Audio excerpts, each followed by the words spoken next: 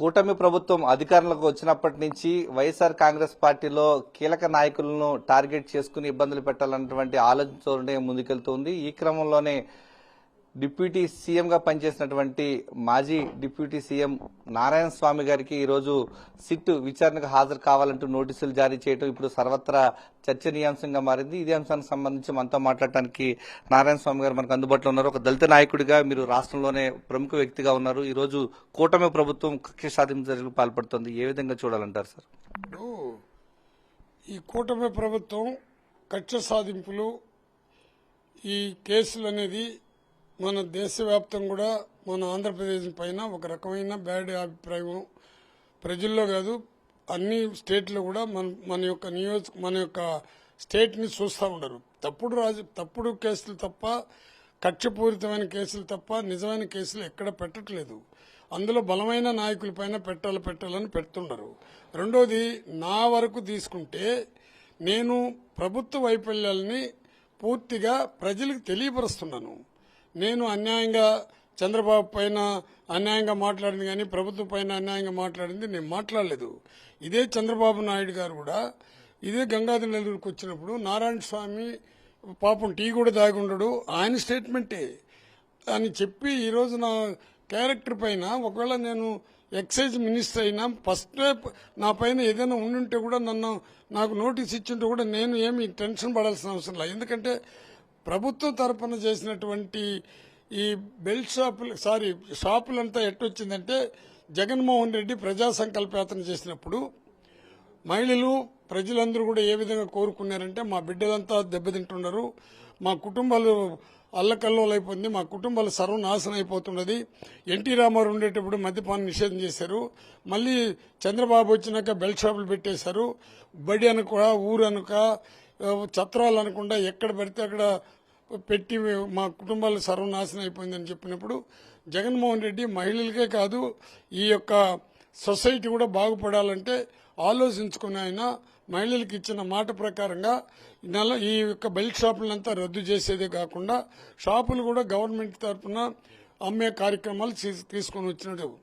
అమ్మేది కూడా ఏమంటే కొత్తగా ఎక్కడ డిస్టిలరీ పెట్టలేదు.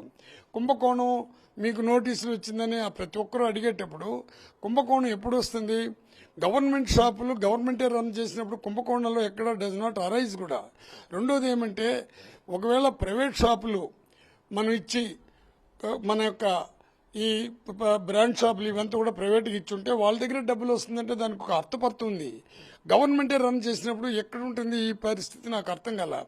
రెండోది, మందును కూడా ఎక్కువగా మేము రేట్లు ఎక్కించినాము.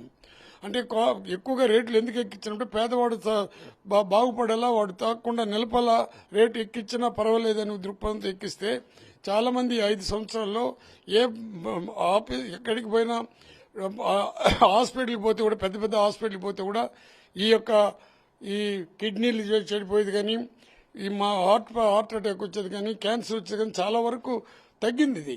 ఇది ప్రజలకందరూ కూడా తెలుసు. మరి ఇప్పుడు ఈ గవర్నమెంట్ ఏ విధంగా ఉందో ఒక తూరి ఆలోచించకండి. అసలు సారా వ్యాపారం చేసిందంతా ఏ గవర్నమెంట్లో పెద్ద పెద్ద కోటీసులు సారా చేసి ఎమ్మెల్యేలు ఎంపీలు అయినారో ఒక తూరి ఆలోచించుకోమని చెప్పండి. ఇప్పుడు ఈ గవర్నమెంట్ వచ్చినాక షాపులంతా కూడా ప్రైవేట్ పరం చేశారు.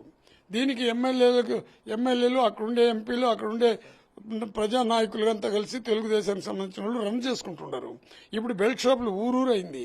మరి బెల్ట్ షాపులు కూడా మళ్ళీ లైసెన్స్ షాపులుగా బెల్ట్ షాపులు తీసుకొని వస్తున్నారు. దీంట్లో కుంభకోణాలు వస్తున్నాయి కానీ అప్పుడు దాంట్లో కుంభకోణాలు ఎక్కడొచ్చిందో మాకు అర్థం గల. ఇది ప్రజల్లో మీడియా అంతా ఇది ఒక పెద్ద దుష్ప్రచారం చేయాలని చేశారు. రామారావు అట్టేవాడే మద్యపాన నిషేధం చేస్తే మళ్ళీ ఎత్తేమని రామారావు పైన ఫోర్స్ కూడా తీసుకుని వచ్చింది కూడా వీళ్లే. కాబట్టి ఎటువంటి పరిస్థితుల్లో కూడా నాకు తెలిసి ఇక్కడ కుంభకోణాలు అనేది ఎక్కడ మన జగన్మోహన్ రెడ్డి ప్రభుత్వం 5 సంవత్సరాలు జరగలా. చాలా బాగుండింది, ఎక్కడ గొడవలు కూడా లేకుండా ఉండింది. ఇక్కడ పెద్ద పెద్ద వాళ్ళందరినీ కూడా తప్పుడు కేసులు పెట్టి వాళ్ళకి అరెస్టులు ఇచ్చి భయభ్రాంతులు చేసే కార్యక్రమాలు చేస్తున్నారు. నాకెందుకు ఈ నోటీస్ ఇచ్చినారో నాకు నిజంగా కూడా ఆశ్చర్యంగా ఉంది. అది చంద్రబాబు విజ్ఞతగా వదిలేస్తున్నాను. అంటే ఈ రోజు ఎంపీ మిథున్ రెడ్డి గారిని కూడా ఈ రోజు విచారణకు పిలుస్తూ ఉన్నారు. ఈ విధంగా చూస్తా ఉంటే కీలక నాయకుల్ని టార్గెట్ చేసుకుని ఇబ్బందులు పెడుతున్నారు అనుకోవచ్చా? ఇప్పుడు మిథున్ రెడ్డి పైన ఎటువంటి కేసు పెట్టినారంటే మిథున్ రెడ్డికి ఏం సంబంధం ఉంది, ఇంకొకరికి ఏం సంబంధం ఉంది అనేది కాదు. తప్పుడు కేసులు పెట్టేటప్పుడు అందరిపైన తప్పుడు కేసులు పెడుతున్నారు. మిథున్ రెడ్డి కూడా కేసులకు భయపడి ఇంటికి పరిగెత్తాల్సిన అవసరం లే. ఏది చేసినా మేము తప్పు చేయకుండా నేరస్తులుగా ప్రజలకు చూపించాలనే భ్రమతో నోటీసులు ఇస్తా ఉండరు. వాళ్ళపైన సిట్ అని ఉండదు. ఇంతకుముందు కూడా సిట్ ఏం చేసిందో సిట్కే తెలియాలా. అందుకే సుప్రీంకోర్టు కూడా ఏం చెప్తున్నదంటే కింద ఉండేవాళ్ళు సక్రంగా లేదు, తప్పుడు కేసులు పెడుతున్నారని హైకోర్టు నుంచి సుప్రీంకోర్టు వరకు కూడా మొట్టికాయలేస్తున్నారు. కాబట్టి ఇంకా ఏ విధంగా మాట్లాడాలా? ప్రైవేట్ పరంగా లేనప్పుడు ఏ ఎంపీకో ఒక ఎమ్మెల్యేకో ఈవెన్ ముఖ్యమంత్రికి ఏం సంబంధాలు ఉండదు. గవర్నమెంట్ షాపులు గవర్నమెంటే రన్ చేసినప్పుడు దీంట్లో ఎక్కడ ఉండదు. ఈ వ్యవస్థని సర్వనాశనం చేసిన వ్యవస్థని ఒక దగ్గరికి తీసుకుని వచ్చారు.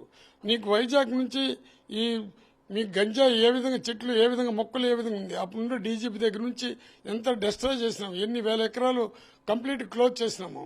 ఇప్పుడు గంజాయి కావాలంటే ఏ ఊర్లో దొరికినా దొరుకుతుంది. బిడ్డల దగ్గర స్టూడెంట్ల దగ్గర ఎక్కడ చూసినా ఈ మత్తు వచ్చి ఎక్కువగా రేపులు మానభంగాలు ఇవి ఎక్కువ జరుగుతున్నది. దీనికి కంట్రోల్ లేకుండా పోతున్నది. దీన్ని వదిలేసి దీన్ని కంట్రోల్ చేయాల్సిన గవర్నమెంట్ దీనిపైన దేశ పెట్టకుండా ఎంతసేపు కేసులు పెడతాం అంటే అది వాళ్ళ విజ్ఞతకి వదిలేస్తున్నాం. Thank you sir. గత ప్రభుత్వంలో చాలా పారదర్శకంగా మద్యం పాలసీని తీసుకురావడం ద్వారా ప్రభుత్వాల ద్వారానే విక్రయాలు చేశామని చెప్తూ ఉన్నారు. కేవలం వైఎస్ఆర్ ప్రభుత్వంలో వైఎస్ఆర్ కాంగ్రెస్ పార్టీలో కీలకంగా ఉన్నటువంటి నాయకుల్ని టార్గెట్ చేసుకుని ఈ రోజు కూటమి ప్రభుత్వం కక్ష సాధింపు చర్యలకు పాల్పడుతోందంటున్నారు మాజీ డిప్యూటీ సీఎం, మాజీ ఎక్సైజ్ శాఖ మంత్రి నారాయణ స్వామి. కెమెరామెన్ ఎల్ఐతో విజయమూర్తి, సాక్షి టీవీ, పుత్తూరు నుంచి.